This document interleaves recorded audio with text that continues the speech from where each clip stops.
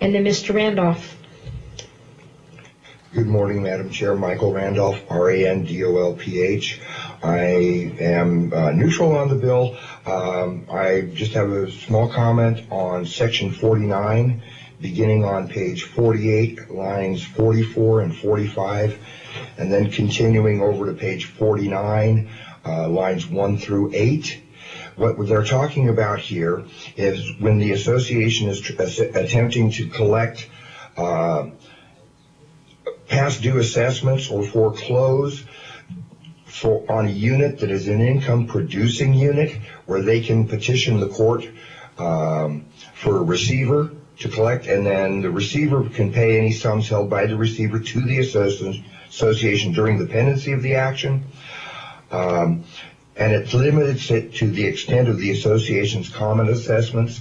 If an association is to the point where they're going in and asking the court for a receiver, can they get their late charges while they're at it? We're not worried about fines, but just the expenses that come along with it is the only comment I have on it. Thank you very much, Madam Chair.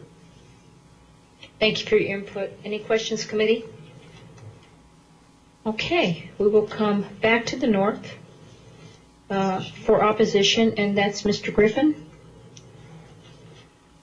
Anyone else in the north wanting to come forward? Mr. Griffin's the only one who signed up for opposition.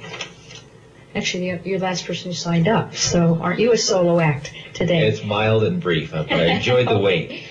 John Griffin on behalf of the Nevada Justice Association, neutral on the bill. We only oppose one section, that's section 56. I listened to the testimony about it being a clerical change.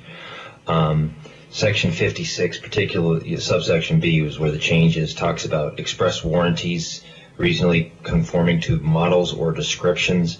The law of express warranties is fairly well settled, not only in Nevada but across the nation. I know it's not the intent of the drafters that they referenced there was a clerical change, but the inclusion, the current language says an express warranty is created in a common interest community if there's representations that something will reasonably conform to a model or description that's offered. The new language suggests that there can be some sort of disclosure exemption.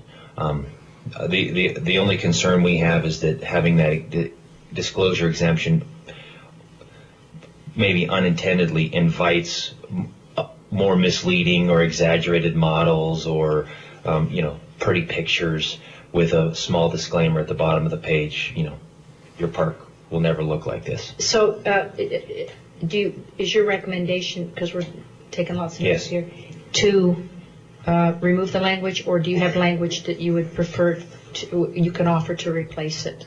Madam Chair, our recommendation is that the language in the existing statute is fine as is, so remove the disclaimer exemption, as the laws of express warranty are fairly well set. Are we referring to lines 8 and 9? Would you want to see that new language deleted? Yes. Okay, thank you. Any questions or comments, committee?